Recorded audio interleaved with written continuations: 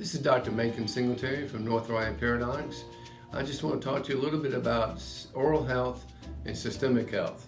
Periodontal disease is caused by bacteria. Plaque is a colony of bacteria. Your immune system will react to that bacteria and try to get rid of it. In doing so, it destroys the epithelium in the lining next to your teeth.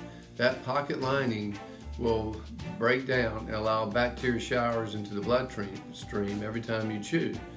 So not only will the live bacteria get into the bloodstream, but the inflammatory mediators that result from your white blood cells reacting to the bacteria, both will lodge in the atherosclerotic plaques in your arteries and facilitate cardiovascular events, aneurysms, strokes. So the way to prevent that, very easy. Brush after you eat, brush your tongue once a day. Between dinner and bedtime, take your time, clean them good. It takes 24 hours for the bag of guys to grow.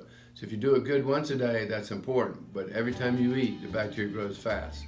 So brush after you eat, even if it's real quick.